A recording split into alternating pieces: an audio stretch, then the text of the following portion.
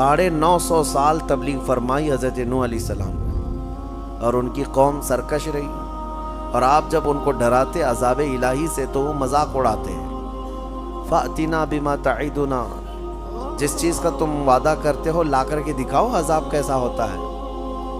تو حضرت نوح علیہ السلام نے اللہ کی بارگاہ میں عرض کیا کہ مولا یہ میری ہر گھڑی ہجو کرتے ہیں اور چیلنج کرتے ہیں عذاب کے لیے۔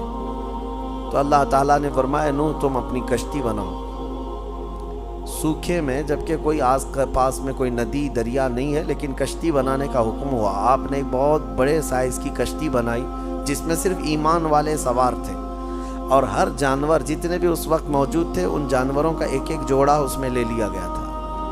3 منزلیں کی وہ کشتی تھی، لکڑی کی بنائی ہوئی۔ اس وقت بھی ان کی قوم مذاق اڑا رہی تھی نوح علیہ السلام کی متعلق کہ ان کا دماغ نکل گیا ہے، ذہن توازن کھو گیا ہے، یہ سوکھے میدان میں اتنی بڑی کشتی بنا رہے ہیں، آخر اس کو اٹھا کر لے جائے گا کون سمندر تک اگر ان کو جانا بھی ہے سفر پہ تو۔ لیکن اس کے بعد وہ دن آیا جو عذاب الہی کا تھا، بارش شروع ہوئی، اور بارش کے متعلق قرآن میں اللہ فرماتا ہے ہم نے آسمانوں کے سارے دروازے کھول دیے اور زمین کے سارے سوتے پھاڑ دیے۔ زمین بھی پانی اگل رہی تھی، آسمان بھی پانی برسا رہا تھا، یہاں تک کہ پانی بھرتا گیا، روئے زمین پر کوئی پہاڑ بھی باقی نہیں رہا جو ڈوبنے سے باقی رہا ہو، سب ڈوب چکے تھے۔ اب اس میں حضرت نوح علیہ السلام کی بیوی نافرمان تھی، کافرہ تھی۔ حضرت نوح علیہ السلام اللہ کے نبی ہیں، لیکن بیوی ان کی سرکش تھی، نافرمان تھی، کافروں کی مدد بھی کرتی تھی۔ اسی طرح لوط علیہ السلام کی بیوی بھی سخت بدکار تھی، گنہگار تھی اور کافرہ تھی۔ 2 نبیوں کا ذکر اس سے قبل بھی آیا، اور آگے بھی آپ دیکھیں گے کہ اللہ تعالیٰ نے ان دونوں عورتوں کی مثال بھی بیان فرمائی ہے 29ویں پارے میں۔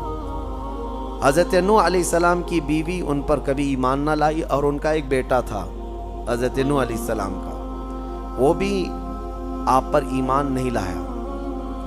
اب جب بارش آنے لگی بہت تیز اور پانی بھرنے لگا، کشتی تیرنے لگ گئی، تو ایک پدری محبت ہوتی ہے جس کو کہتے ہیں شفقت پدری، یعنی باپ کی محبت اپنے بیٹے کے لیے ہر ایک کے دل میں کچھ نہ کچھ ہوتی ہے، چاہے کیسا بھی بیٹا ہو۔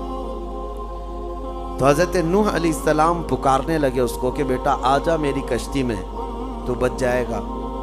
تو وہ ڈھیٹ بن کر کے اکڑتا رہا اور کہا میں اونچے پہاڑ پر چڑھ جاؤں گا، مجھے تمہاری کشتی کی ضرورت نہیں، اپنے باپ کے خلاف گیا۔ تو حضرت نوح علیہ السلام کو غم ہوا کہ میرا بیٹا میری مانتا نہیں ہے، میرے خلاف ہے۔ توجہ، اللہ کے نبی کو حکم کیا ہوا؟ اللہ نے فرمایا قال یا نوح انہ لیس من اہلک، اے نوح وہ آپ کی اولاد میں سے ہے ہی نہیں، آپ کیوں غم کرتے ہیں اس بات کا؟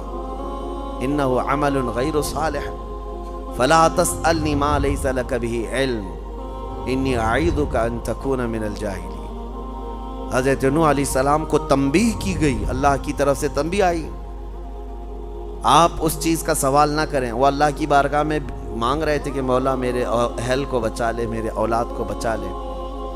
پورا واقعہ اس میں موجود ہے کہ جب اللہ کے نبی کشتی پر سوار ہوئے تو کہا یا بنی ارکب معنا ولا تکن مع الکافرین، بیٹا آ جا، کافروں کے ساتھ مت جا۔ قال سآوی الی الجبل یعصمنی من الماء، میں اونچے پہاڑ پر چڑھ جاؤں گا، مجھے پانی سے کوئی چیز نہیں چھو بھی نہیں پائے گی۔ اللہ نے فرمایا کہ پھر حضرت نوح علیہ السلام نے اس سے پکار کر کہا لا عاصم اليوم، تجھے پتہ نہیں آج کوئی بچانے والا نہیں ہے، یہ عذاب کا دن ہے، انہ من امر اللہ، یہ اللہ کا حکم ہے۔ لیکن پھر بھی وہ نہ مانا، ہلاک ہو گیا، پانی میں ڈوب گیا، ختم ہو گیا۔ تو پھر نوح علیہ السلام کو جو بیٹے کی محبت تھی اس پر اللہ نے تنبیہ فرمائی کہ وہ آپ کی اولاد میں سے ہے ہی نہیں۔ پتہ یہ چلا کہ نبی کا نافرمان ہو تو اولاد میں سے ہو کر بھی وہ نہ کے برابر ہوتا ہے، نہ کے برابر ہے۔ اگر کافر ہے تو اس کا نسب ختم ہو گیا،